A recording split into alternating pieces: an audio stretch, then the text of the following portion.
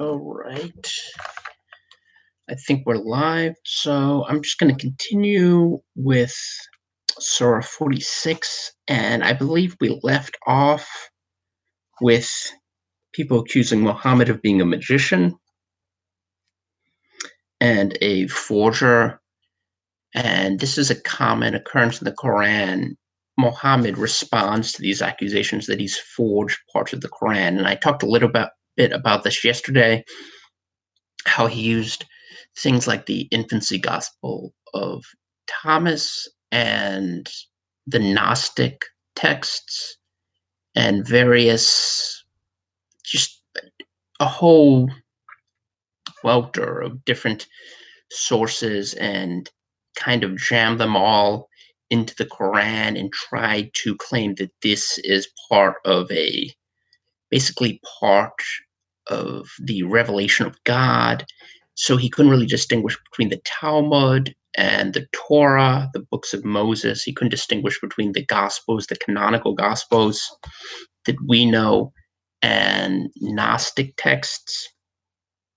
So he has to continually respond to people who accuse him of being a forger and lying. And whenever he does this in the Quran, it serves as an indictment of Muhammad himself, and it's kind of a tell. It's a dead giveaway that what he's being accused of is accurate, because he doesn't really provide any evidence to dispute these things. He's simply saying these people are liars and that they're making it up. But when someone levels an accusation against you that's grounded in reality, so these texts actually exist, and you can point to them, and you can point to the similarities between them and what Muhammad used, even though Muhammad cribbed from them and inserted them into the Quran without any context, so they make even less sense. But you can still point to them and say that this is where he got his ideas from. And Muhammad doesn't really have a substantive response to these things. So it's kind of an indictment when you read these passages where he's being accused of being a forger and a plagiarist, basically. And he doesn't really have a substantive response to these accusations, so they kind of stand alone. And in verse 11, it says, "And those who disbelieve say concerning those who believe, if it had been good, they would have not have gone ahead of us therein." Oh, hi, Inky. "And as they do not seek to be rightly directed thereby, they say it is an old lie. And before it, the book of Musa was a guide and a mercy, and this is a book verifying it in the Arabic language, that may warn those who are unjust, and as good news for the doers of good." And as I explained in previous videos, the book of Musa, or the first 5 books of Moses, the Pentateuch or the Torah, it contradicts the Quran. So when he says the Quran is essentially verifying these books, it's impossible for people who actually were aware of the the first 5 books of the Bible, the books of Moses. They would recognize that he's simply not telling the truth.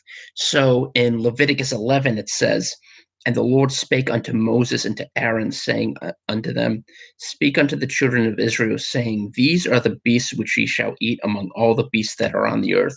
Whatsoever part of the hoof and is cloven-footed, and cheweth the cud among the beasts, that shall you eat. Nevertheless, these shall ye not eat of them that chew the cud, or of them that divide the hoof, as the camel, because he cheweth the cud, but divideth not the hoof, he is unclean unto you.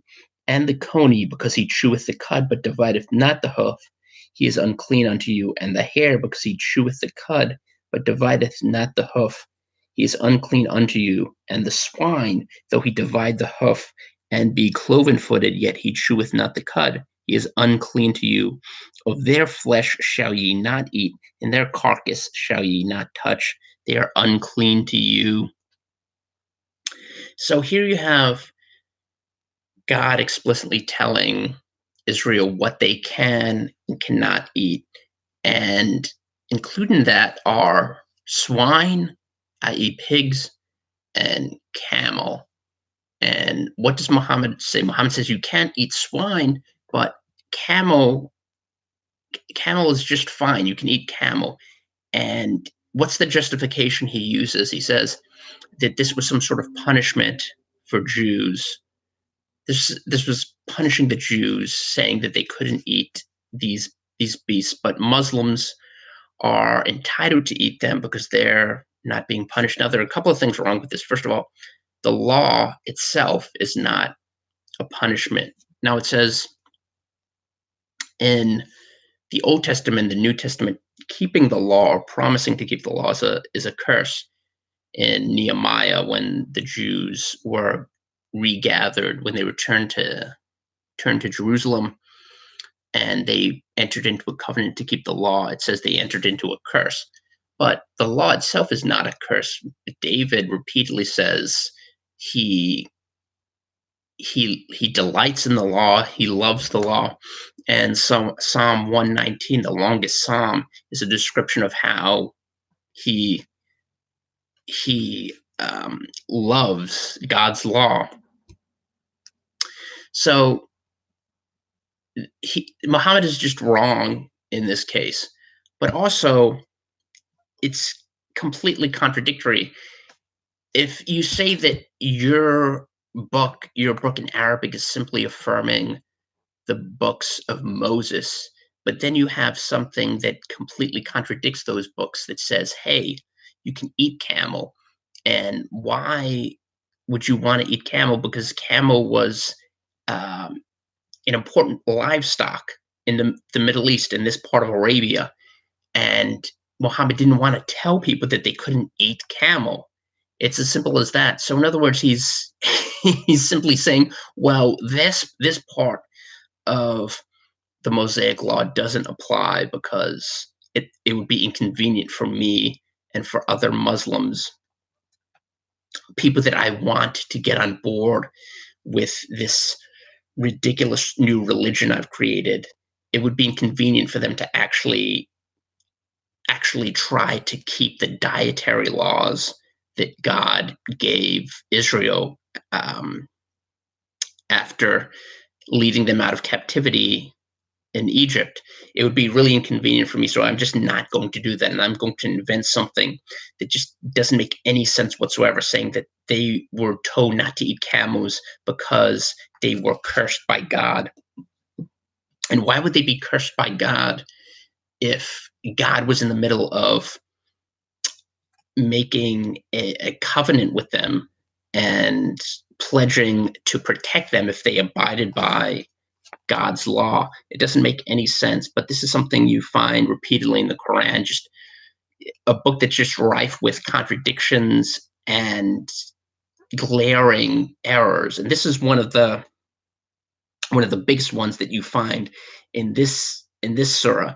The fact that he says the Quran and the book of Musa or the Torah are consonant when they're not. They flatly contradict each other. And this part of Leviticus is just a great illustration of that. But throughout the entire book, there are many examples of Muhammad contradicting or being in opposition to the law of Moses. So this is one of the ways that the Quran refutes itself. So as I said in the previous video, you can either believe the Quran, in which case Islam is false and Muhammad is a false prophet, or you can disbelieve the Quran and say that it's wrong, in which case Islam is a false prophet. So either way, Islam is a false religion and Muhammad is a false prophet, because you either believe the Quran, in which case Islam is false, or you disbelieve the Quran, in which case Islam is false. So either way, Muslims are in a bind here because there's no way where they can arrive at a point where Islam is a true religion, a a true undefiled religion in which Muhammad is a true prophet. Either way, they're kind of boxed in. So in 13 it says, "Surely those who say our Lord is Allah, then they continue on the right way. They shall have no fear, nor shall they grieve. These are the dwellers of the garden, abiding therein, a reward for what they did." And when it says here, "Our Lord is Allah," in this passage, he's actually not just referring to people who worship Allah, the God of Islam. He's including Jews and Christians. So here it's saying basically that if they do the right things and they are monotheists, basically, that they're going to be dwellers of the garden. And again, this contradicts other passages in the Quran where it says that you need to worship Allah and you need to be followers of Muhammad. And Muhammad is so emphatic about this that he says you can persecute people who aren't Muslims, who don't follow Muhammad. But right here it says, well, no, if you believe that our Lord is Allah, and again, this is referring not just to people who are Muslim, but Christians as well, then they continue on the right way. He's saying these people also will be dwellers of the garden. In other words, they'll inherit uh, all of the riches and enter into the paradise that Muhammad has described for his followers. And again, it's an example of the Quran contradicting itself. So you have passages where Muhammad says you have to follow him, you have to agree that he's a prophet, and that Allah, i.e., the Muslim God, the God that he co-opted and changed in order to start this new religion, that's the only God, the only true God. And if you disagree with that, if you worship Jesus, then you're damned. But here in this part and in other parts of the Quran, he says, well, as long as you believe, he's essentially saying, as long as you're monotheistic and you behave the right way, then you're fine.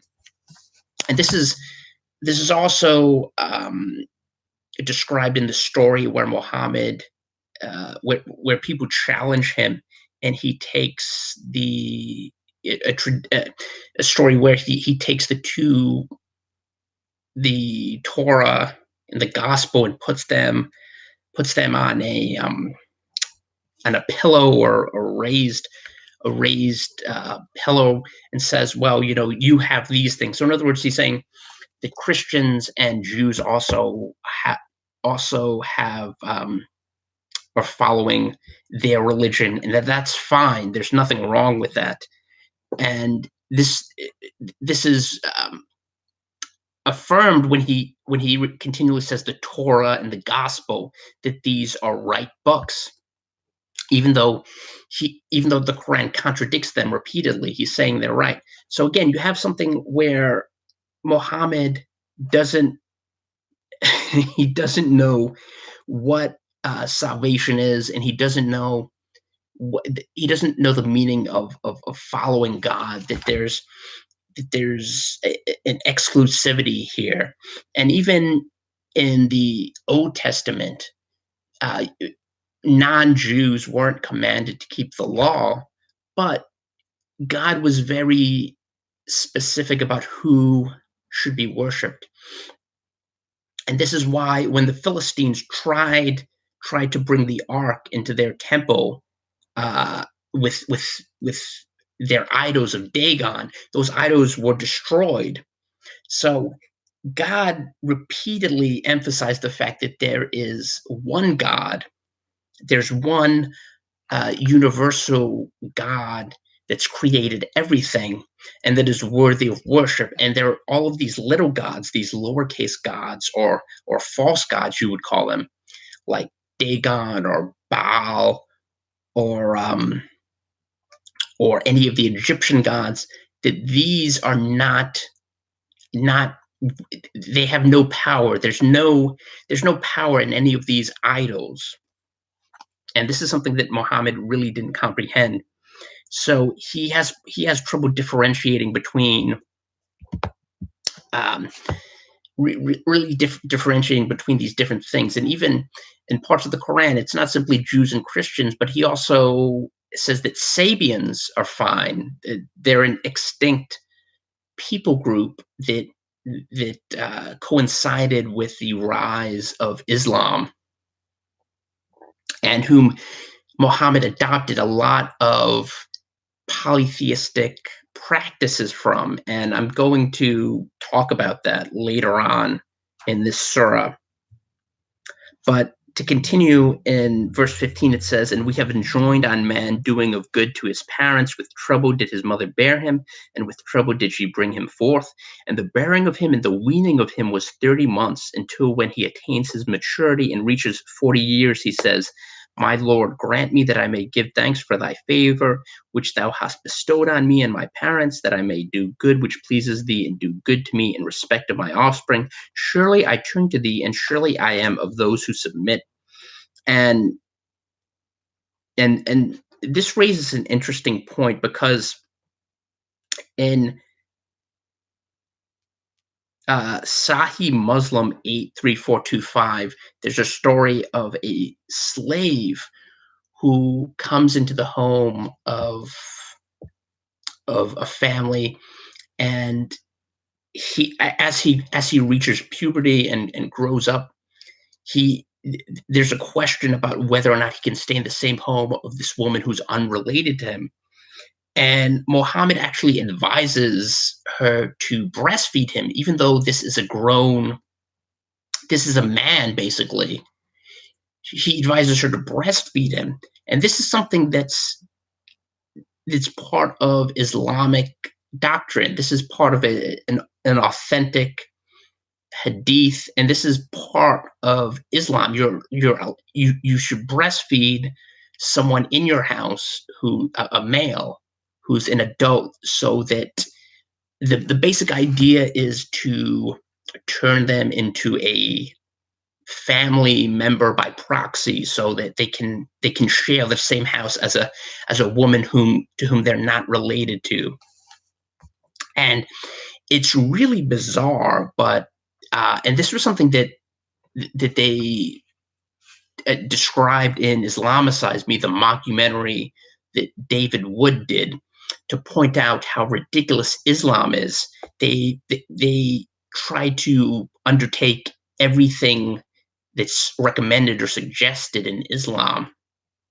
Now, this is something, again, that Muslims don't, hopefully, they don't normally do. This is not something that you would find. But if you're a strict Muslim and you believe that the Quran and the Hadith are genuinely, or the genuine teachings of Muhammad, then you would have to agree that this is perfectly normal. And uh, and things like slavery are perfectly normal, because Muhammad never said that they were wrong. And in fact, he actually bought and sold slaves from Africa. So even if you're not, even if most Muslims don't actually do these things, or consider them, they're part of Islamic doctrine. They've never been abrogated. They've never been, and this is one of the reasons slavery, for example, is so prevalent in the Islamic world. Now breastfeeding adult males is not something that's common, but again, it's part of Islam, and there's no way you can argue around it or deny it or say that this was some sort of aberration. This is something that's part of Islam, that's in the Islamic holy texts, and that has never been rejected. In fact, you see Islamic scholars or teachers in certain places, they have YouTube videos where they'll say, yeah, this is perfectly fine, things like this.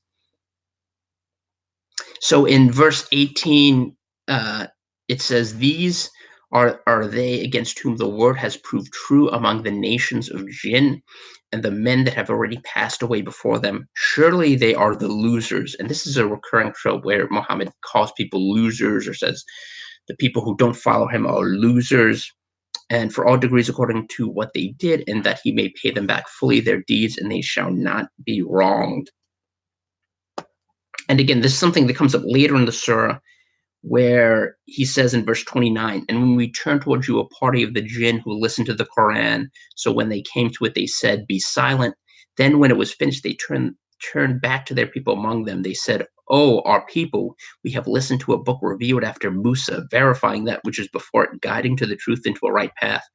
Oh, our people, accept the divine caller and believe in him. He will punish you of your faults and protect you from a painful punishment.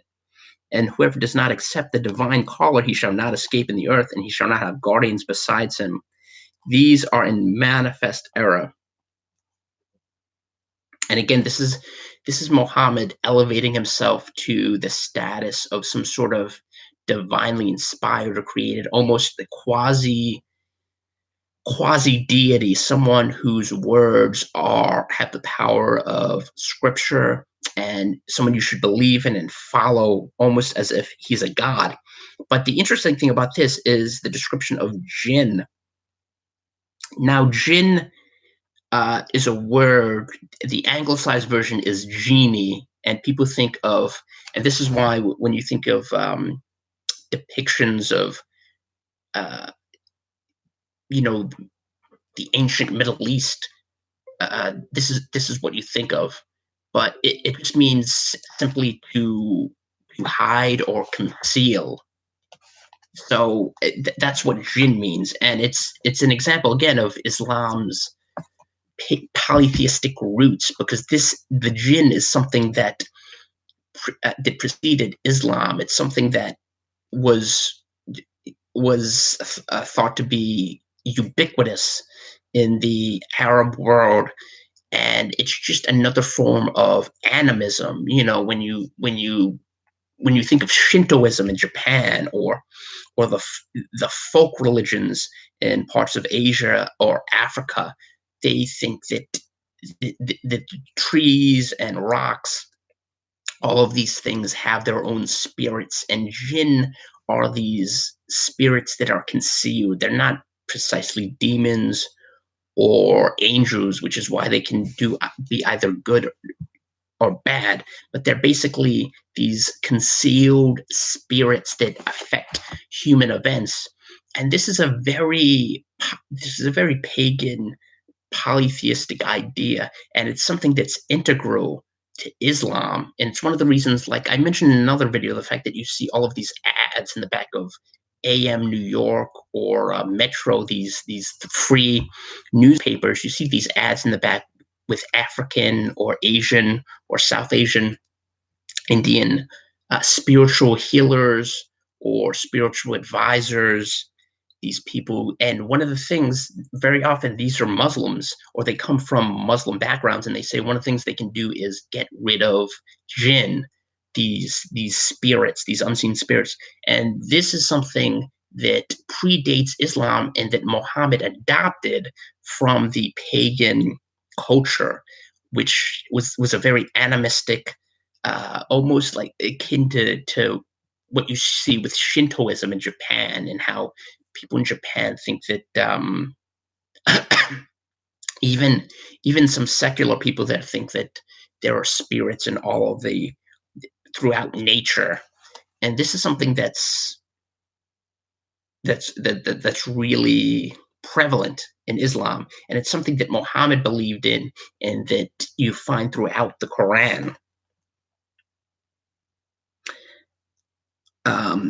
So in verse 21, it says, and mentioned the brother of Ad when he warned his people in the sandy plains, and indeed warners came before him and after him, saying, serve none but Allah. Surely I fear for you the punishment of a grievous day. And this is a reference to Hud, who was believed to be the founder of the prehistoric Arabian people. And some people believe that Hud is a reference to Eber, I think he was the great grandson of Shem, one of Noah's sons, and the father of Peleg.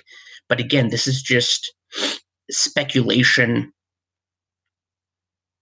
It's true.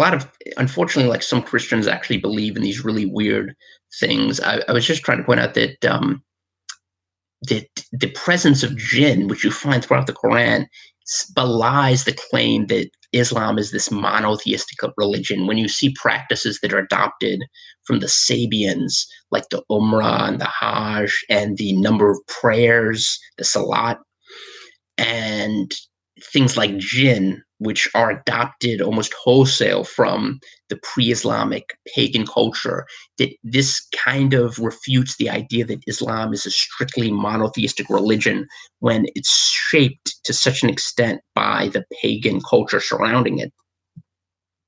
But the brother of Ad Hud, some people think it's Eber, that biblical figure, but in Islam, he's believed to be the founder of the prehistoric Arabian people, or like the head of the Arabian people. Now, a lot of Arabs believe that they're descended from Ishmael, and that Ishmael was the one that was quote unquote sacrificed at the sacrifice of Isaac by Abraham. Now, of course, this is something that's also contradicted in Muslim texts. This idea, Muhammad didn't really have an idea if it was Ishmael, the child of that bondmaiden Hagar, or Isaac, the child of Sarah that was sacrificed. So this is another thing where Islam is very confused on the Abrahamic narrative. So when people say that Islam is an Abrahamic religion, they're really stretching the truth when they claim that, or when they affirm that very confidently. It's not quite true.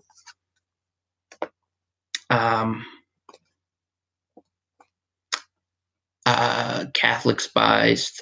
I don't think. Yeah, I know what you're talking about. I can't really. There is some custom or something about selling houses. Like, I don't know the exact details, so I'm not going to go into it. But I know what you're talking about. I'm not even sure if it's a Catholic. If it's like, I think it's more of like a superstition. Like, I'm sure there are people who aren't Catholics who do that, but yeah. But here, where it says Eber, he's basically trying to relate the story of the destruction of the people of Ad, when he warned his people in the sandy plains, and indeed warners came before him and after him, saying, "Serve none but Allah. Surely I fear for you the punishment of a grievous day." And this was people that were annihilated in a storm, supposedly. And the reason Muhammad says he attributes it to the fact that they disobeyed Allah. But again, there's no there's no evidence that this person he's referring to, Hud, that this was an actual person that corresponded to a biblical figure. Like I said, Eber was I think he was the father of Peleg, and the great grandson of Shem, one of Noah's sons, and he was thought to be an ancestor of the Arabian peoples. But Muhammad is using this example as a way of instilling fear in people by saying, look what happened to these people. But again, there's no concrete evidence. There's no concrete evidence that this actually happened, or that if these people were really destroyed in a storm, that the reason for that is because they disobeyed Allah. Muhammad's trying to kind of retcon Allah and himself even into the past, and try to attribute various natural disasters or various calamities that happened to disobedience to Allah. And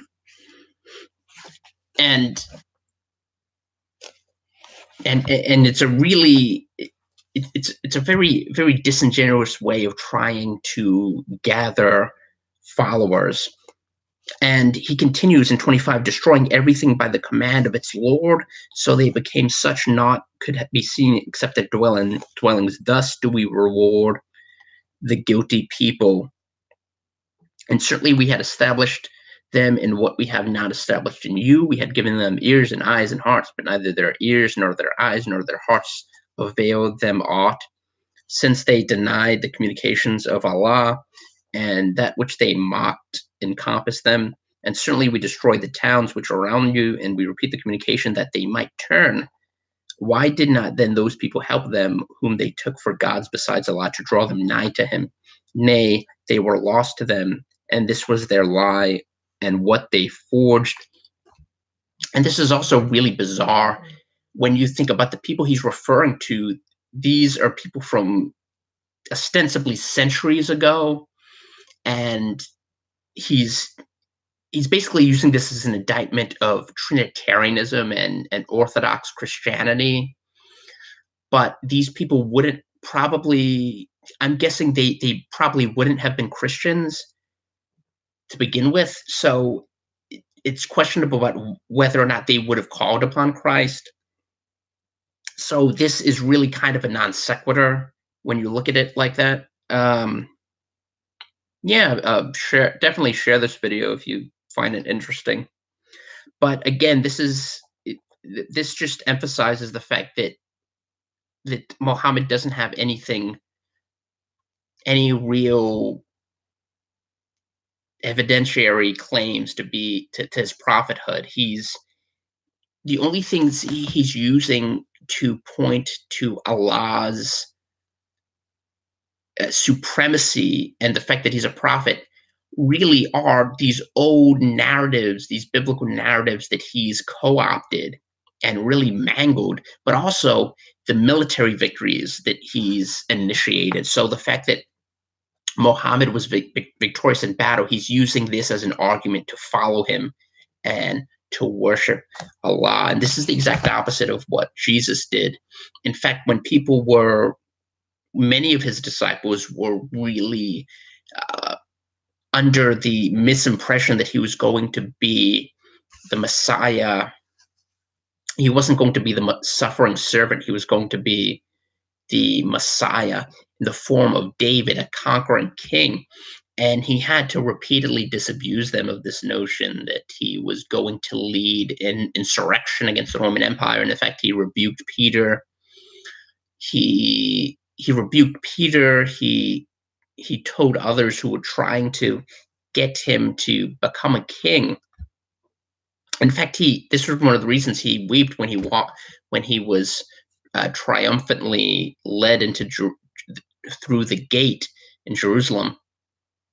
I have been made victorious through terror. Exactly. That's kind of Muhammad's trademark, and it's really not scriptural, and it doesn't really prove his prophethood. Like I said in earlier videos, if being a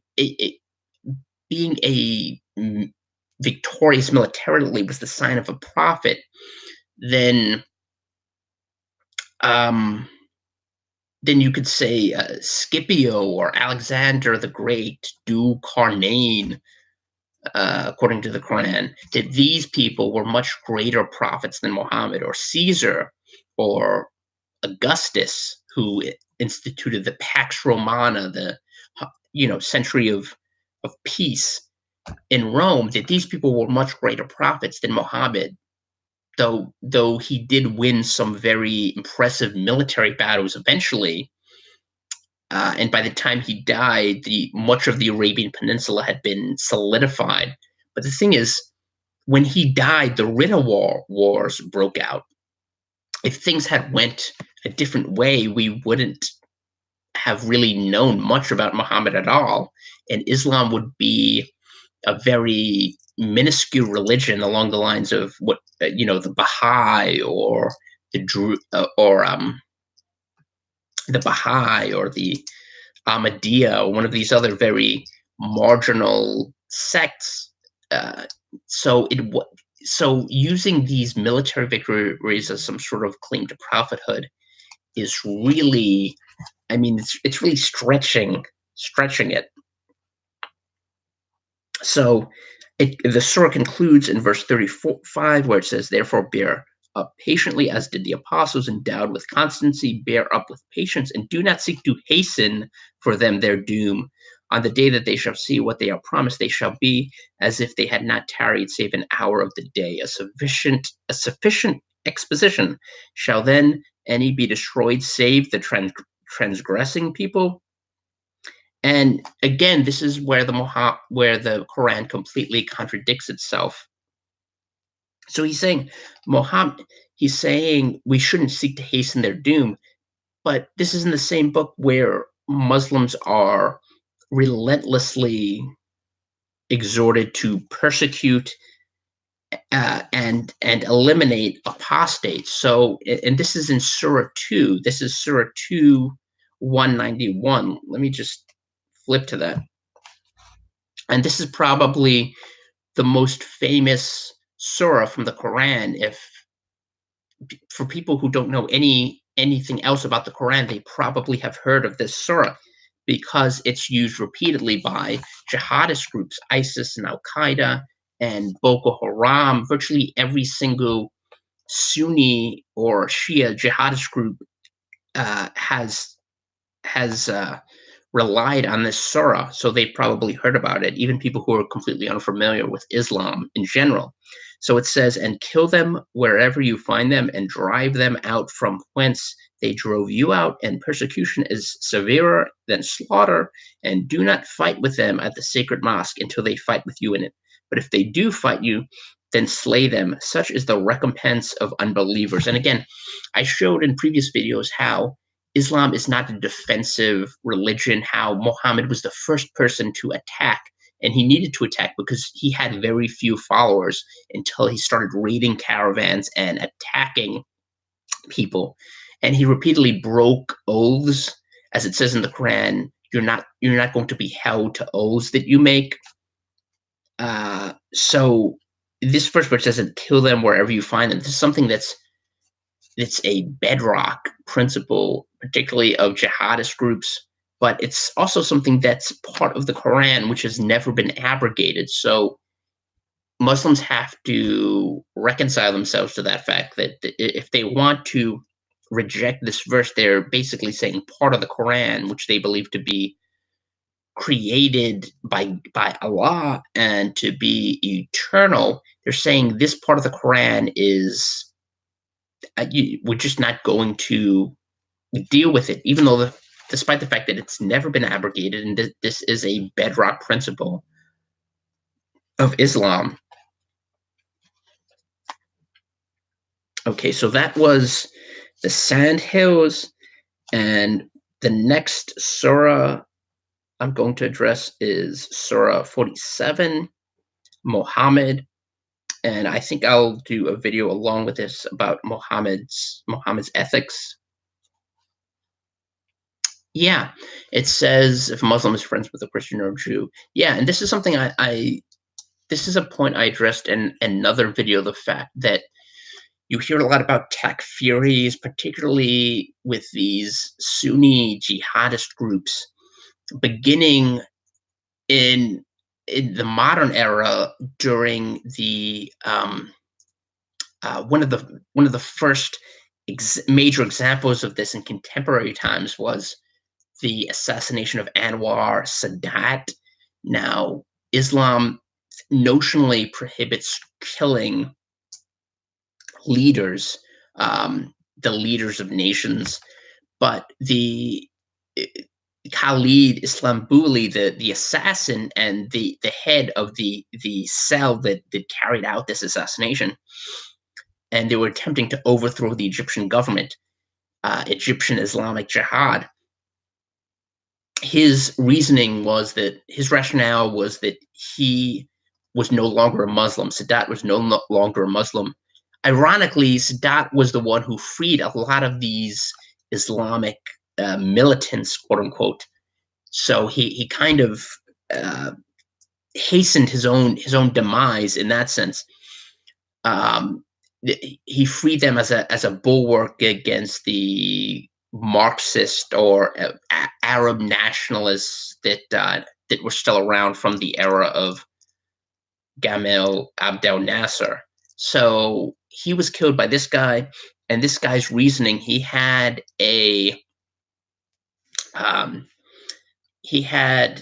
a manifesto or a, an outline of his reasoning, and he said that Sadat was no longer a Muslim, so he was pronouncing takfir on him. And this is something you see in a lot of these Sunni jihadist groups.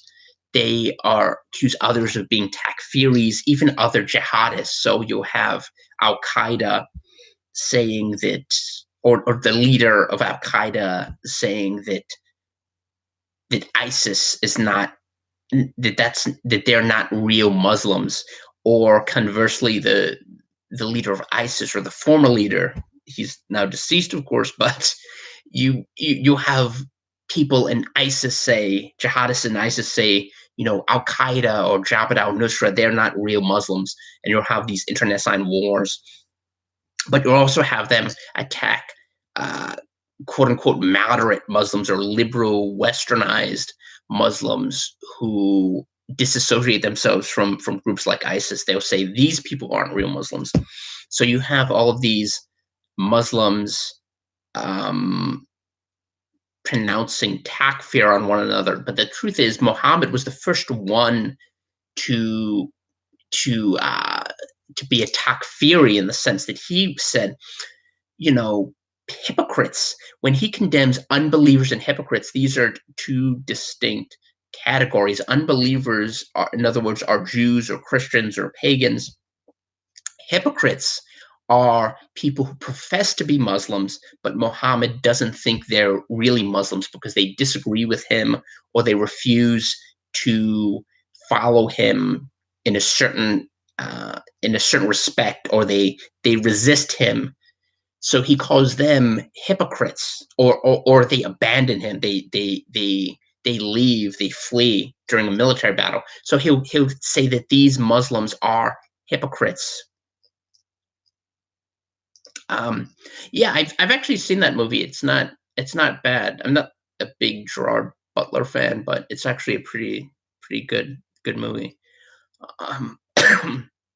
But he says these people, unbelievers and hypocrites, and when he's referring to hypocrites, he's referring to Muslims that he disagrees with, or that don't really do things that he wants them to do. So Muhammad, in a sense, was the first takfiri. So when people say, this is something new, or pronouncing takfir, that this is some aberration, they're really not being honest. They're either ignorant of this fact, or they're simply dissimulating and trying to pretend that Islam is less of a dumpster fire than it really is. So they're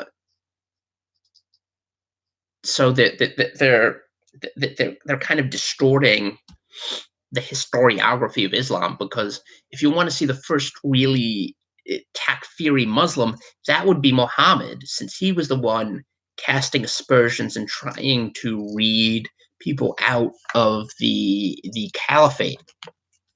Anyway, that is the Sandhills. The next surah is Surah 47, Muhammad.